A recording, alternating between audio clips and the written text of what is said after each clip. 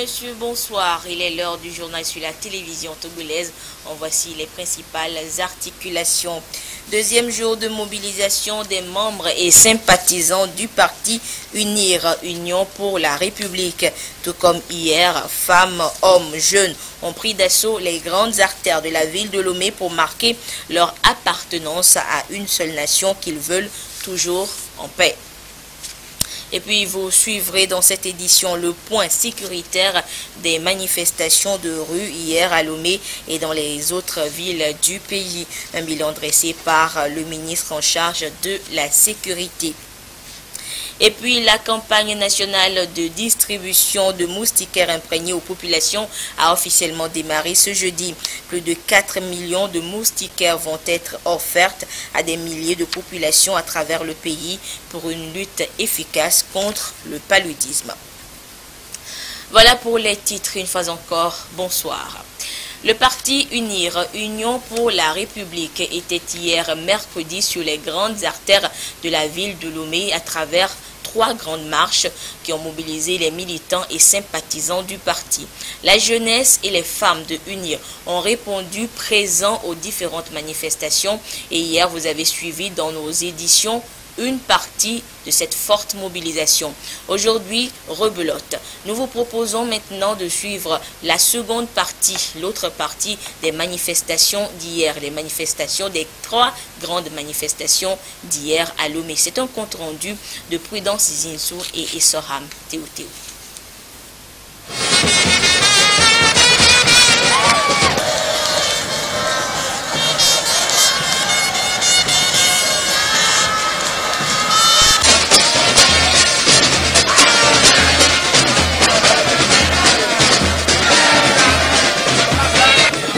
Grande mobilisation des militants et sympathisants du parti Unir dans les rues de Lomé pour dire oui au processus de révision constitutionnelle en cours au Togo et réaffirmer leur attachement aux institutions de la République.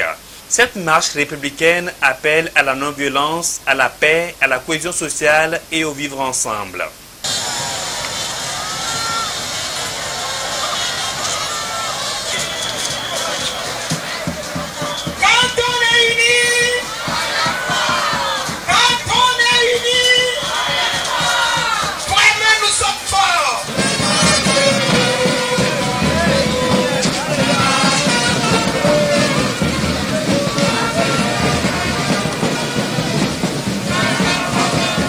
C'est une marche pour réitérer l'engagement et la détermination du chef de l'État à mettre l'accent sur la nécessité de préserver le climat de paix et de sérénité dont jouit le Togo.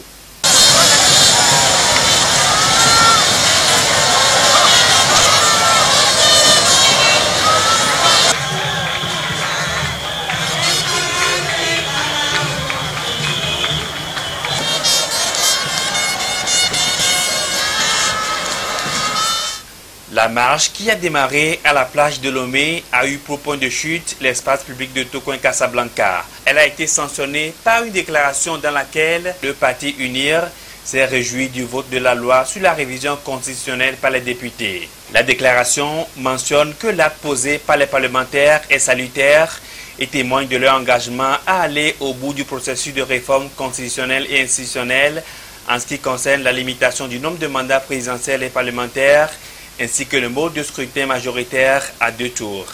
S'agissant des réformes politiques, institutionnelles et constitutionnelles, le chef de l'État, fidèle à sa politique de dialogue et d'apaisement, ainsi qu'à son engagement maintes fois renouvelé d'aller aux réformes, a introduit à l'Assemblée nationale un projet de loi de révision constitutionnelle.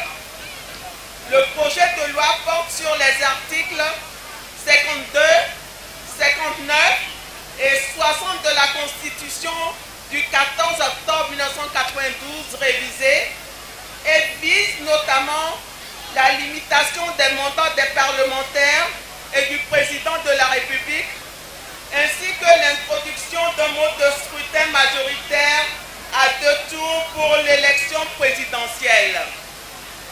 Curieusement, ce projet de loi qui renferme les principales préoccupations du peuple togolais auquel a adhéré l'opposition jusqu'au 19 août 2017 n'a pas été favorablement accueilli par celle-ci. Pour le deuxième vice-président du parti UNIR, la décision du chef de l'État et du gouvernement d'aller à ces réformes trouve ses fondements dans les rapports de la commission Vérité, Justice et Réconciliation et celui de la commission de réflexion sur les réformes politiques, institutionnelles et constitutionnelles. Il appelle d'ores et déjà les militants à rester mobilisés pour le prochain référendum. Au-delà de cette mobilisation contre la violence, les militants et sympathisants du parti UNIR ont réaffirmé leur attachement aux valeurs de paix, de cohésion sociale et du vivre ensemble en disant non à l'intolérance et à l'intégrisme religieux au Togo.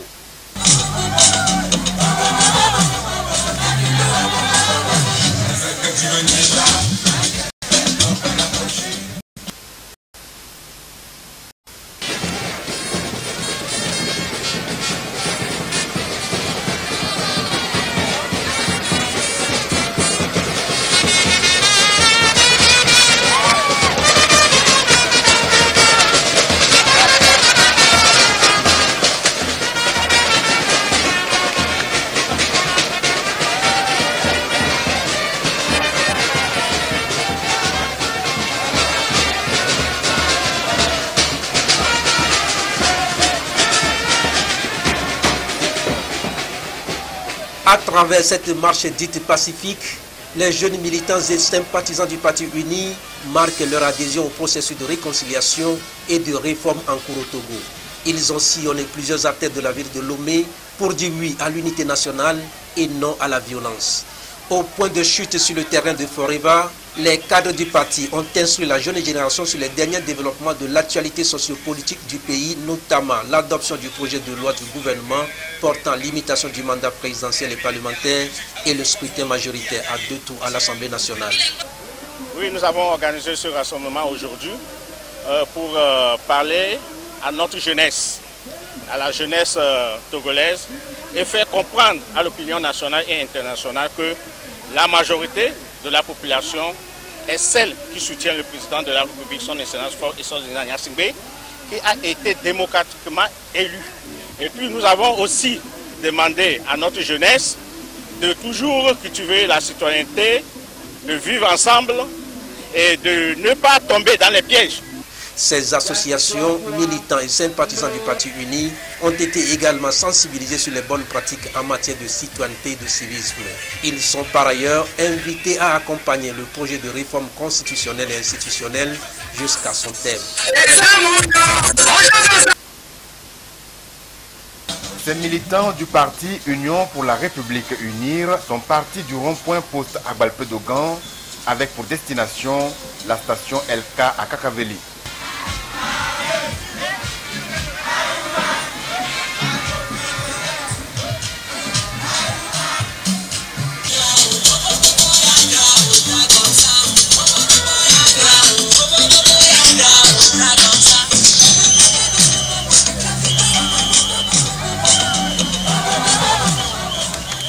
La mobilisation de ces hommes et femmes, des jeunes en majorité, est dictée par leur patriotisme et leur soif de vivre ensemble sans distinction de leur appartenance ethnique, politique ou religieuse, mais dans la paix et la sécurité, des valeurs chères au chef de l'État Faure Gnassingbé. Nous voulons dire au chef de l'État que nous lui donnons notre soutien indéfectible de continuer sa politique de paix. Nous voyons qu'il est en train de construire notre pays. Le Togo vient de très loin. Mais aujourd'hui, quand les étrangers viennent d'ailleurs, ils constatent qu'il a pu mettre le pays sur le développement. L'UNIR a accepté qu'il faut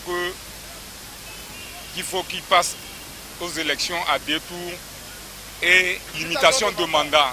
Mais présentement, on ne sait pas pourquoi l'opposition se tire derrière pour ne pas accepter ces problèmes. Donc, nous, on voit que vraiment le temps ne nous suffit pas. Nous sommes en train de perdre le temps. Éclairer ces jeunes que le parti voudrait voir fortement engagés aux côtés du président Faure Gnassingbé, des explications leur ont été données sur le débat politique actuel, le vote des députés le mardi dernier, pour permettre la modification de la Constitution en ses articles 52, 59 et 60 et l'intérêt du référendum qui se profile à l'horizon. Quelle façon les gens font où on va montrer que le pouvoir se trouve dans les urnes. Alors, unis, unis, unis.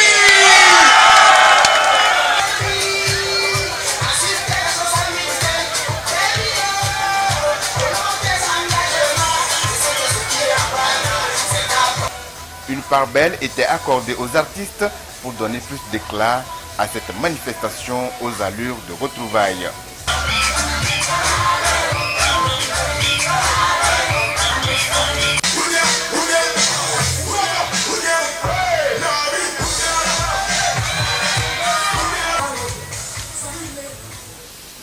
C'était donc les grandes marches, la suite des grandes marches d'hier mercredi. La première marche qui s'est ébranlée de la plage face à l'hôtel Ibis pour aboutir à Casablanca.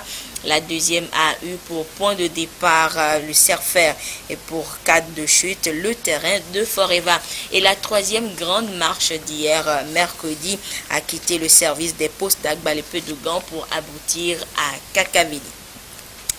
Et les membres du Parti UNIR étaient encore dans les rues ce jeudi. De leur côté, les jeunes ont surtout exprimé leur adhésion à la politique de paix du chef de l'État, président de leur parti, surtout en cette journée internationale de la paix. Et c'est le message principal qu'ils ont réitéré cet après-midi sur le terrain de Forever, lors du meeting, après la grande marche qui a pris son élan au Cerfer. Le compte rendu avec Serge Tastom et Augustin Kossi.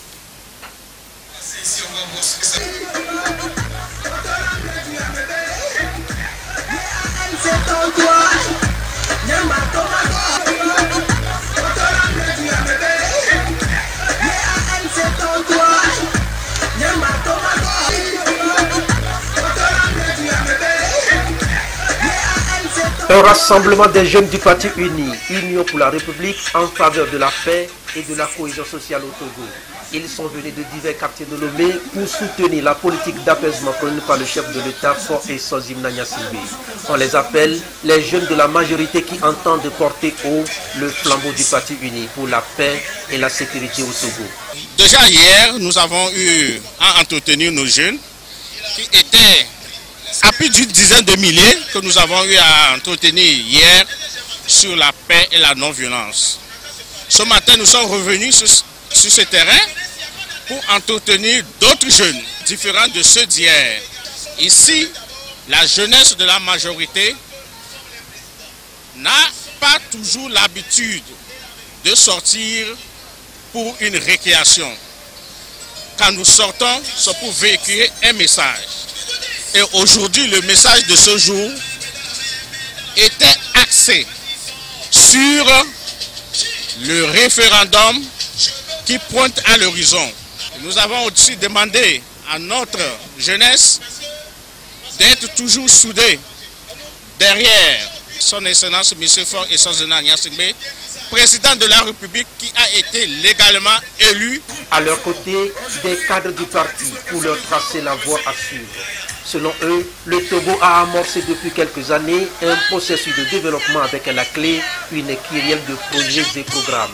Les réformes entreprises dans les divers secteurs ont permis à ces jeunes ici présents de réitérer une fois encore leur soutien au président de la République. Nous sommes sortis pour montrer notre attachement à la politique du chef de l'État qui, depuis belle lurette, montre cette volonté à faire des réformes, faire des appels ici et là aux partenaires de l'opposition pour qu'on puisse soulager un tant soit peu la souffrance de la population à travers les réformes que les gens réclament. Depuis hier, nous sommes en train de marcher sous le soleil pour que le feu qui est allumé au Togo, qui éclaire tout le monde, surtout la jeunesse, pour que personne n'éteigne jamais le feu là.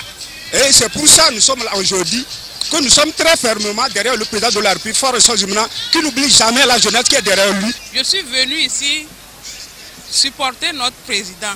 De 2005 jusqu'à aujourd'hui, nous avons la paix.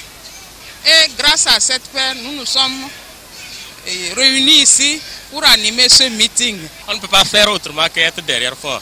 Fort, vraiment, c'est la synthèse de ce qu'il faut pour les Togolais, pour la jeunesse togolaise. Pour maintenir cette dynamique autour des grands projets de développement, il a été recommandé aux jeunes d'être des artisans de paix et de la non-violence. Des mobilisations de ce genre sont attendues dans les jours à venir dans d'autres quartiers de Lomé pour apporter le même message à tous les jeunes Togolais appelés à la culture permanente des valeurs de paix et du vivre ensemble.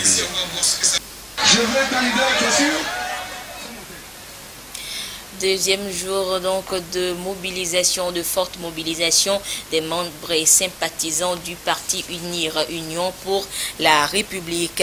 Ils ont ainsi démontré une fois encore leur adhésion à cette lutte pour la paix et la cohésion sociale. Et ce jour, une grande caravane a également été organisée. Elle a sillonné les grandes artères de la ville de Lomé.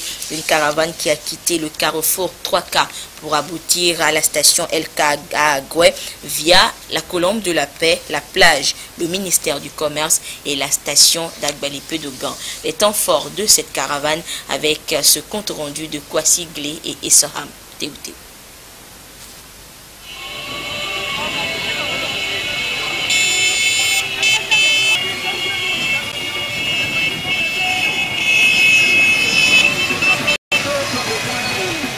La préservation contre vents et marées des acquis de paix, de sécurité et du processus de développement du Togo passe pour un impératif pour unir en cette période d'intenses activités politiques. C'est ce qui sous-tend l'initiative de cette caravane de sensibilisation à travers les rues de Lomé.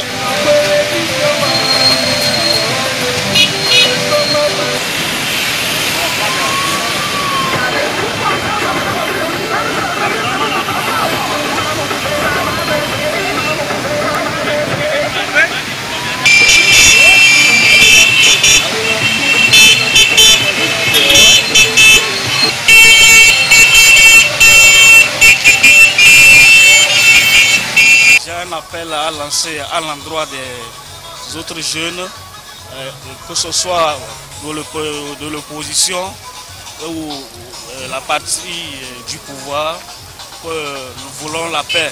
Donc tout n'a qu'à se dérouler dans la paix. Après tout, nous sommes appelés à vivre ensemble. Les jeunes fers de lance du développement ont un rôle à y jouer et doivent en prendre conscience.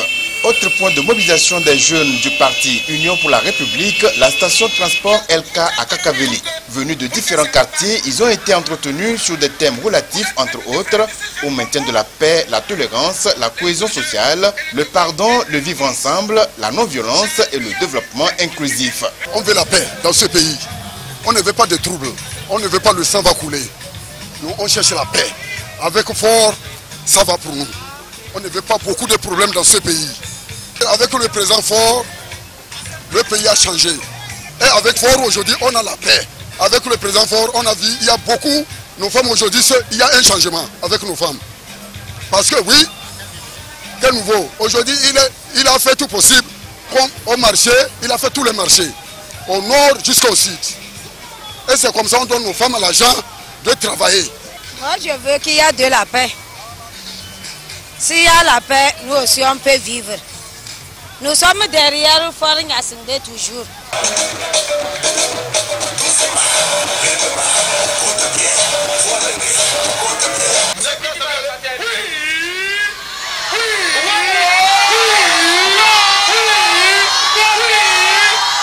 Un accent particulier a été mis sur les réformes constitutionnelles et institutionnelles et le référendum prochain en vue de la révision de la Constitution.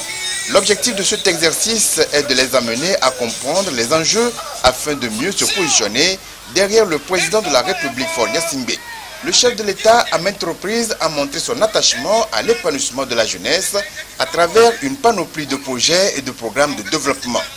Nous, les militants, les jeunes, la légitimité que le peuple togolais a confiée au président de la République, on ne peut jamais abandonner.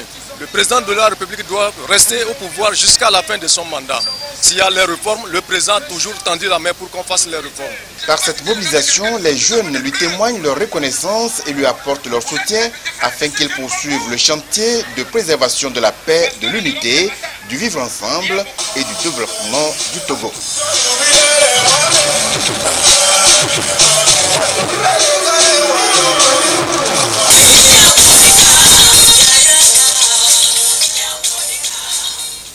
Et je vous donne à présent lecture de ce communiqué du parti UNIR. Le mercredi 20 septembre 2017 a été la première des 2 journées de manifestation organisées par plusieurs partis politiques dont l'Union pour la République UNIR. Le parti salue le climat apaisé qui a prévalu dans la plupart des localités, notamment à Lomé, où des dizaines de milliers de citoyens d'UNIR ont pu marcher dans la quiétude et le calme pour réitérer leur soutien indéfectible au processus de réforme en cours dans notre pays et soutenir les institutions démocratiques qui doivent demeurer au centre des évolutions souhaitées par le peuple. Malheureusement, UNIR a appris avec consternation les graves violences survenues dans certaines localités, notamment à Mango, du fait de militants dont le parti n'avait pourtant pas prévu de manifester dans cette ville. Le parti UNIR condamne avec la dernière rigueur les incidents émaillés de tirs d'armes à feu par des manifestants et qui ont occasionné le décès d'un enfant. Une perte en vie humaine de trop, car le processus de réforme ne doit en aucun cas aboutir à des blessés, au décès d'innocents concitoyens ou aux destructions et dégradations de biens publics ou privés. Le parti UNIR présente ses sincères condoléances à la famille éplorée et souhaite un prompt rétablissement aux blessés. Le parti UNIR déplore les exactions et les dégradations de biens et dénonce toutes les formes de violence qui mettent à mal la cohésion sociale et entraînent d'importants dégâts ainsi que des pertes en tout genre. Le parti UNIR exprime également son soutien à toutes les personnes qui ont été affectées par ces violences et abus commis par des manifestants. Le parti UNIR s'insurge contre les nombreux appels à la haine et à la violence ainsi que la diffusion et la propagation, notamment sur les réseaux sociaux, des messages incitant à l'intolérance, au radicalisme et à l'extrémisme. Le parti UNIR appelle encore une fois l'ensemble de la classe politique et tous les citoyens de notre pays au sens de responsabilité et au civisme. C'est dans le calme et le respect des institutions démocratiques et de la loi que nous donnerons toutes ces chances au processus de réforme institutionnelle et constitutionnelle pour lesquelles le gouvernement a fait un grand pas le 5 septembre dernier et qui s'est poursuivi par un vote historique à l'Assemblée nationale le 19 septembre dernier. Le parti UNIR rappelle que la consultation du peuple demeure la voie royale d'expression démocratique et exhorte les acteurs politiques à y adhérer sans réserve. Le parti UNIR s'inquiète des découvertes de caches d'armes en cours dans certaines villes du Togo et invite instamment le gouvernement à mettre en œuvre tous les efforts en vue de protéger les populations et leurs biens et de maintenir la sécurité et la stabilité dans notre pays. Le parti UNIR est viscéralement attaché aux libertés fondamentales, notamment la liberté d'association, de réunion et de manifestation publique pacifique. Ces libertés doivent toujours s'exercer dans la paix et le respect des textes en vigueur. Le parti UNIR continuera de privilégier le dialogue et la concertation comme les meilleurs instruments pour la conduite des réformes politiques engagées par le président de la République et le gouvernement. Et suite aux manifestations de rue de ce jeudi, le ministre en charge de la sécurité et de la protection civile, le colonel Yark Damhan, a convié la presse à un point de presse, donc en début de soirée de ce jeudi, histoire de faire le point donc des différentes manifestations de cette journée. Nous reviendrons donc sur ce bilan du ministre de la sécurité sur la journée de ce jeudi dans nos prochaines éditions. Et sachez que suite aux manifestations d'hier, mercredi, le ministre de la Sécurité avait déjà organisé une conférence de presse pour faire le point du déroulement des manifestations publiques. À Lomé, comme dans certaines villes du pays, tout s'est bien déroulé hier, mais à Mango et à Bafilo, des heurts et d'autres incidents ont été signalés. Nous suivons maintenant la déclaration du ministre de la Sécurité, le colonel Yark Damhan, dans ce compte rendu de Augustin Kossi. Le point des manifestations pacifiques organisées au Togo ce 20 septembre, présenté étape par étape à la presse. À Lomé, que ce soit du parti de l'opposition tout comme du parti au pouvoir, tout a été bien déroulé selon le ministre Yak Damahan. À l'intérieur du pays, sur les 10 villes retenues en commun accord avec les organisateurs, le gouvernement, aucun incident n'a été enregistré. Seulement, à Mango et à Bafilo, des localités non préalablement définies à en croire le ministre, la situation reste préoccupante. Et à Mango, des manifestants ont été aperçus, porteurs d'armes de guerre. Ces manifestants sont identifiés. Il y a un certain Daoudou qui aurait été repéré en possession d'un AK-47. Et de sources bien informées, aujourd'hui, il y a au moins 6 armes de guerre dans la nature à Mango. Ce comportement a fait un mort, un jeune de 10 ans. Nous avons dénombré plus de 24 blessés, dont 6 par balle, 4 par bille, c'est-à-dire les fusils de chasse. Il y a eu 7 personnes interpellées.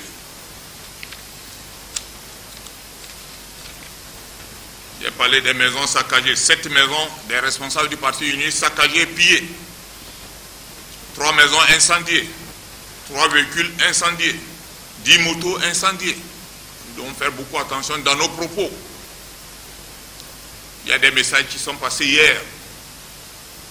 Ils sont passés hier appelant les gens à des comportements insurrectionnels. J'espère et j'ose croire que ce qui se passe à Mango n'ira pas loin. Bafilo ne faisait pas partie des localités prévues pour la manifestation du regroupement des partis de l'opposition.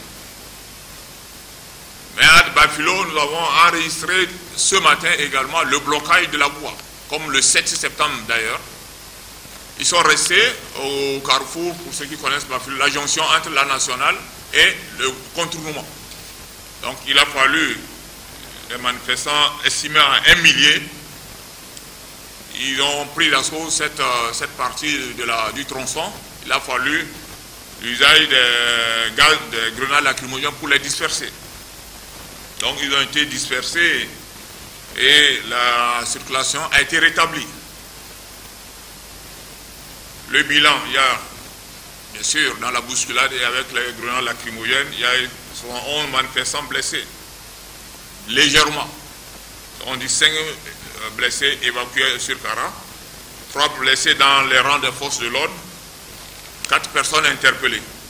Le véhicule du commandant de groupement de gendarmerie de Kara, Kayassé. À Sokoré, la manifestation s'est déroulée dans de bonnes conditions. Ces manifestants étaient estimés à 3000 à peu près. À Lomé, au niveau d'Atikoumé, ceux qui sont partis d'Atikoumé à Poussombo, estimés à 1 millier au départ. La foule a atteint 3000 et s'est jointe à ceux venant de Gakout. Les manifestants des 2 points, c'est-à-dire ceux qui sont venus de Gakoto et d'Atikoumé, faisaient à peu près 10 000 à 11 000. À Lomé, il y a une partie, un groupe de manifestants du Parti uni qui est parti de la plage pour atterrir à Casablanca, en face du collège Le Plateau. Ces manifestants sont estimés entre 15 et 16 000. Le message véhiculé tourne autour des réformes. Un deuxième groupe est parti du terrain du Serfer. Au départ à 1 millier, au point de chute, c'est-à-dire le terrain de Foreva, à peu près 1500 personnes. Et aussi ils se sont dispersés sans... Ainsi nous devons tout faire pour préserver la paix et la sécurité dans notre pays. On n'a pas de raison pour quoi que ce soit compromettre cette paix dans notre pays. Si le droit de manifestation est reconnu à tous, selon le gouvernement, le respect des modalités fixées reste un devoir civique et citoyen. Il en appelle au sens de responsabilité et exhorte les manifestants à plus de civisme pour préserver la cohésion nationale. Autre actualité, les travaux du 10e forum de dialogue politique de l'équipe spéciale internationale sur l'enseignement qui ont pris fin ce matin à Lomé. À l'issue de la rencontre, des recommandations ont été formulées pour une éducation de qualité qui doit passer par le professionnalisme des enseignants. Les experts du secteur de l'éducation venus des 4 coins du monde optent pour l'amélioration des conditions de vie et de travail des enseignants en vue d'atteindre l'objectif 4 des objectifs de développement durable à l'horizon 2030. Des précisions avec Dédé Koussao et Gérard Lagoudou. Faire de l'enseignement une profession, une thématique qui a réuni à Lomé une soixantaine de pays. Les acteurs ont été appelés au respect des bonnes pratiques tout en renforçant leurs connaissances, gouvernance et gestion de la diversité afin d'apporter leur expérience pour une bonne marche du secteur de l'enseignement.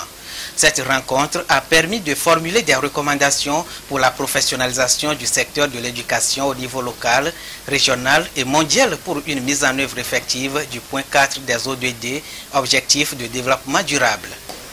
Le forum a décidé de faire reconnaître la profession enseignante comme un métier qui a besoin des gens qui sont formés.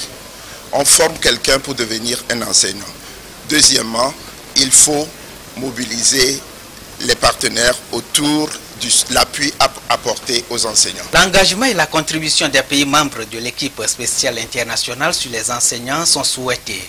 D'ores et déjà, le ministre de l'Enseignement supérieur et de la Recherche s'est réjoui des travaux de Lomé qui ont abouti à la définition d'une vision prospective du secteur de l'éducation.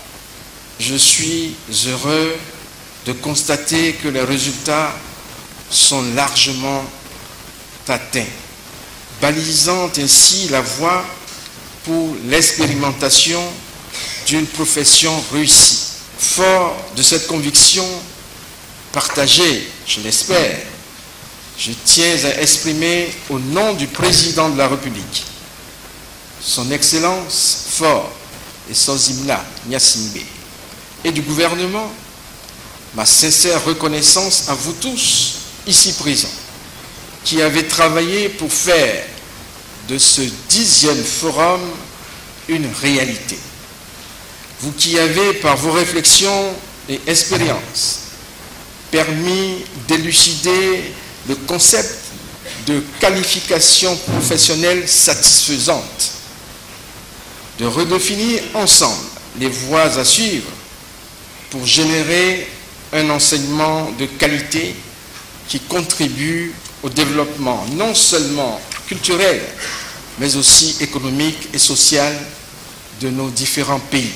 Le prochain sommet de l'UNESCO, Organisation des Nations Unies pour l'éducation, la science et la culture, sera également une rencontre d'évaluation des pays membres sur la mise en œuvre des exigences issues de ce 10e forum.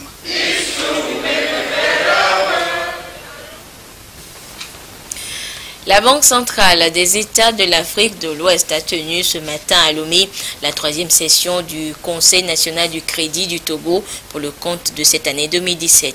Les discussions ont tourné autour de 3 points, notamment la situation économique sous-régionale, la situation financière et monétaire de notre pays et la mise en place d'un dispositif pour favoriser le financement bancaire des PME-PMI. Les précisions avec Mathias Touglo et Carmen Madji à Capo. Togolaise a enregistré de bonnes performances au 3e trimestre 2017, avec un taux de croissance de 5,3% contre 5,1% l'année précédente à la même période et une inflation bien maîtrisée.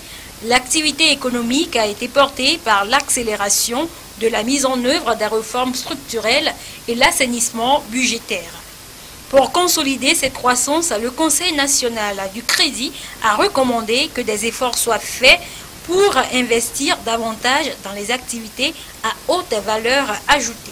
Ce que le gouvernement souhaite, c'est de poursuivre les différents projets structurants pour parvenir à un développement socio-économique disons, partagé et inclusif. C'est pour cela que nous appelons, disons, la classe politique à l'apaisement, n'est-ce pas, du climat sociopolitique pour permettre notamment aux opérateurs économiques de continuer à travailler de façon sereine. En ce qui concerne la situation financière et monétaire du pays, on note une hausse des dépôts et des crédits, aussi bien au niveau des banques que des institutions de microfinance, ce qui porte justement le taux de financement de l'économie à 39%, soit le taux le plus élevé de l'Union.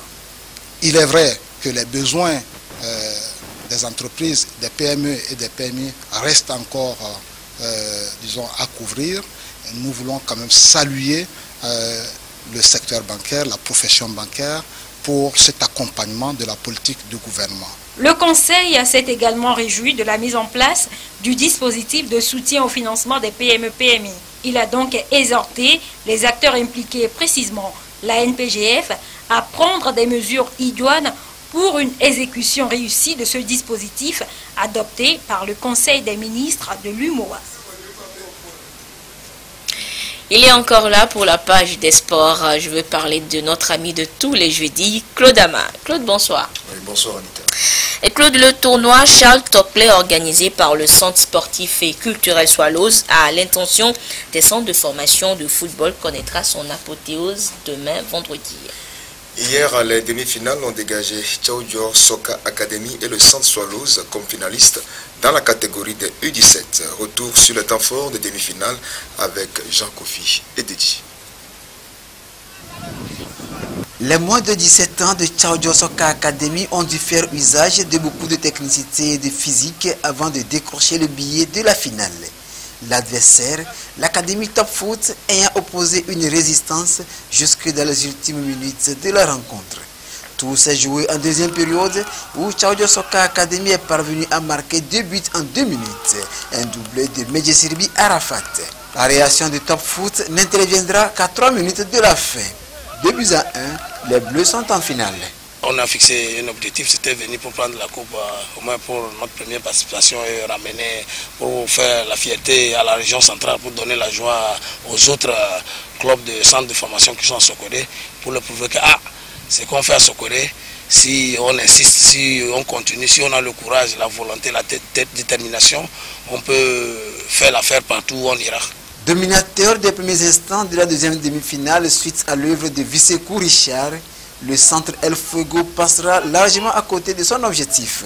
Le club a subi une domination des Bleus de Swallows qui sont parvenus à l'égalisation, un but partout à la pause.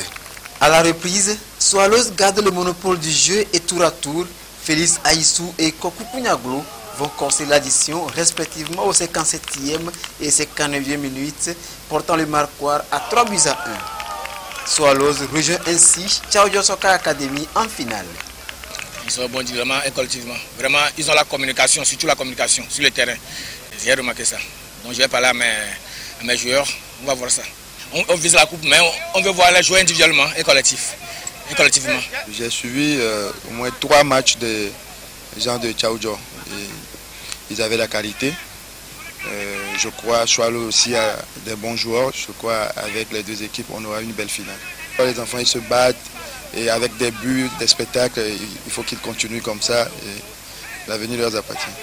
Au niveau des moins de 15 ans, Swallows et Futur Stars d'Agoua sont qualifiés pour la finale. Les deux finales auront lieu ce vendredi à partir de 14 h sur le terrain de l'état-major général des forces armées togolaises. Et Claude, après Lomé, cap maintenant sur le septentrion et précisément d'Apon, où la Fédération togolaise de football, la FTF, forme une vingtaine d'entraîneurs. Pendant une semaine, ces entraîneurs seront formés pour relever leur niveau afin de mieux encadrer le club pour les compétitions à venir. Depuis Dapon, la correspondance de Désiré Aloy.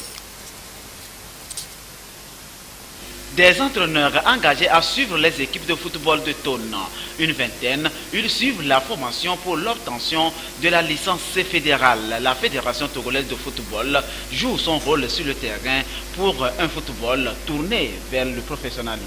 La direction technique nationale du Togo est heureuse d'être née. Nous n'avons que 8 mois et nous sommes en train de faire ce que nous pouvons pour que nous puissions révolutionner, afin que le football togolais puisse être à la pâte. Nous avons affaire à tous ceux qui aiment le football, les entraîneurs des quartiers, d'écoles, d'académies, de clubs. C'est l'élément préalable qu'il faut obtenir avant de prétendre, n'est-ce pas, participer un jour à la formation de la licence CCAF. Et à l'issue de cette formation, il y aura un examen théorique et pratique, et tous ceux qui auront une moyenne de 10 auront la licence C fédérale. Tous ceux qui auront une moyenne égale ou supérieure à 12 auront le droit de continuer au niveau de l'obtention de la licence CCAF. Une semaine de mise à niveau et aguerris, ces entraîneurs bénéficiaires conduiront des équipes de football dans la préfecture de Tona. La Fédération togolaise de football s'active donc et la formation va se poursuivre dans les autres localités ciblées pour cette phase.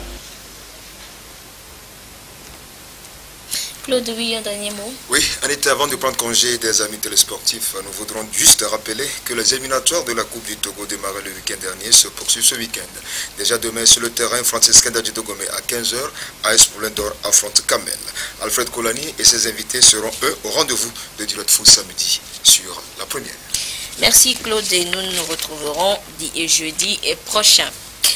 Apprendre aux filles à diriger, c'est le thème de votre émission féminine Jeudi Femmes 2 ce soir. Vous voulez faire de vos filles des femmes leaders de demain. Rendez-vous est pris à 21h précise en direct sur la télévision togolaise avec Lise Diamien et ses invités. À 22h30, Yata Aratem vous fera le point sur l'actualité. Voilà donc le décor de l'émission Jeudi Femmes de ce soir qui accueillera tout à l'heure Lise Diamien et ses invités. Merci de votre fidélité à la télévision togolaise. Au revoir.